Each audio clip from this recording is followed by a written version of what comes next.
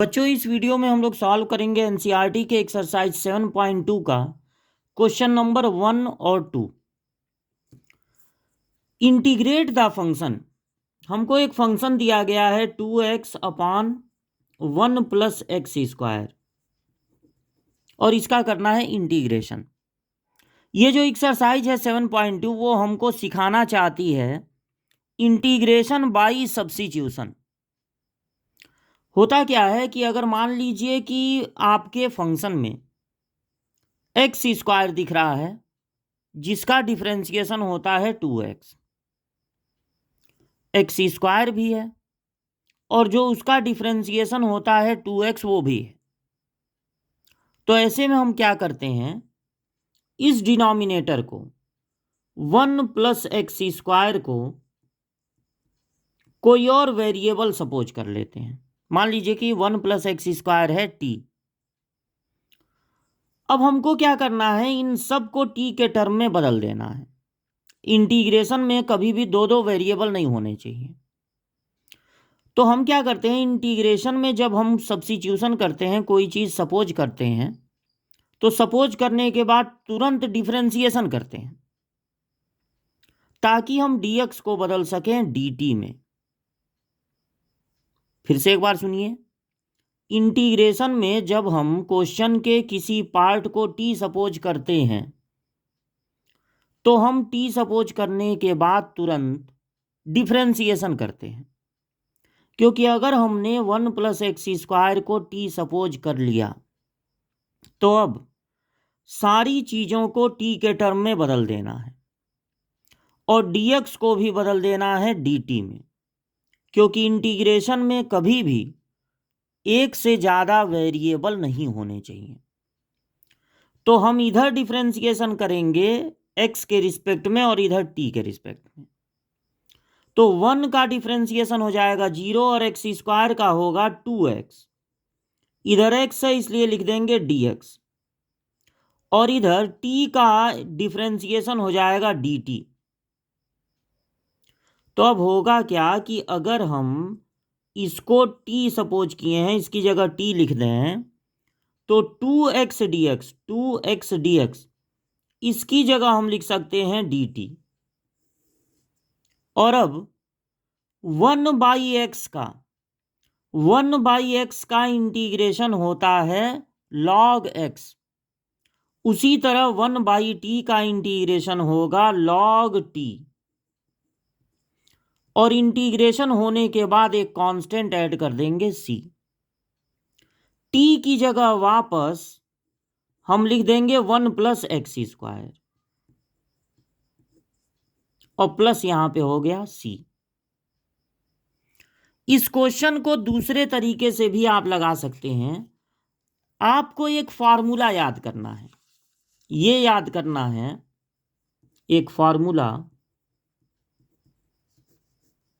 कि अगर आपको एक ऐसा इंटीग्रेशन मिले जो न्यूमरेटर और डिनोमिनेटर के टर्म में हो और जो डिनोमिनेटर हो उसका डिफरेंशिएशन आपको मिले न्यूमरेटर में, ऊपर वाला नीचे वाले का डिफरेंशिएशन हो, तो नीचे वाले को लॉग के साथ ले लेते हैं, डिनोमिनेटर को लॉग के साथ ले लेते हैं, वही हो जाता है इंटीग्रेशन।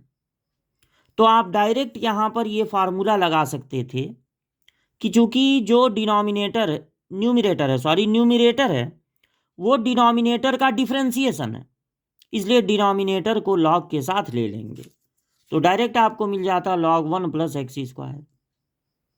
अब देखिए सेकंड क्वेश्चन, इंटीग्रेशन करना है log x का होल स्क्वायर बाई एक्स। अगर आपको इंटीग्रेशन में एक ऐसा पार्ट दिखे log x कि log x भी हो और जो उसका डिफरेंशिएशन होता है 1 बाई एक्स वो भी हो, तो आप ऐसे में log x को कोई और वेरिएबल t सपोज कर लीजिए। अब सपोज करने के बाद इंटीग्रेशन में जब कोई चीज़ सपोज करते हैं तो सपोज करने के बाद तुरंत डिफरेंशिएशन करते हैं ताकि dx को बदल सकें dt में। तो log x का डिफरेंशिएशन होता है 1/x। इधर x है तो dx लिख देंगे और t का हो जाएगा डिफरेंशिएशन dt। यानी कि अगर आप log x की जगह t लिखते हैं, t का स्क्वायर हो जाएगा, तो 1/x dx की जगह 1/x dx की जगह आप लिख सकते हैं dt।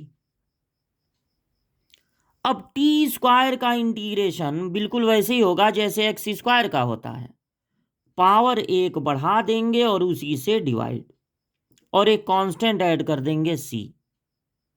टी की जगह वापस लिख देंगे log x, तो ये हो गया log x का whole cube by 3 plus c। इसके लिए भी एक फार्मूला है, एक और फार्मूला आप याद कीजिए, एक और फार्मूला।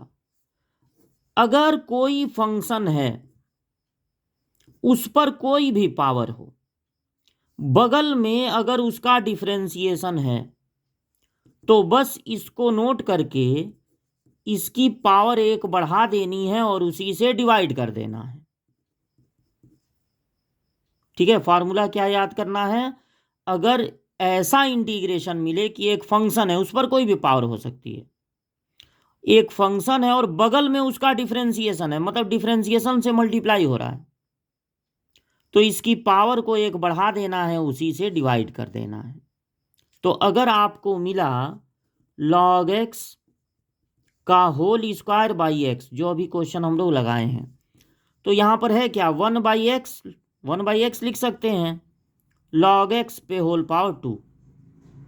अब देखिए बगल में इसका डिफरेंशिएशन है, इस पे चाहे जो भी पावर हो, बगल में अगर इसका डिफरेंशिएशन है तो इसकी पावर एक बढ़ा देनी है और उसी से डिवाइड कर देना है।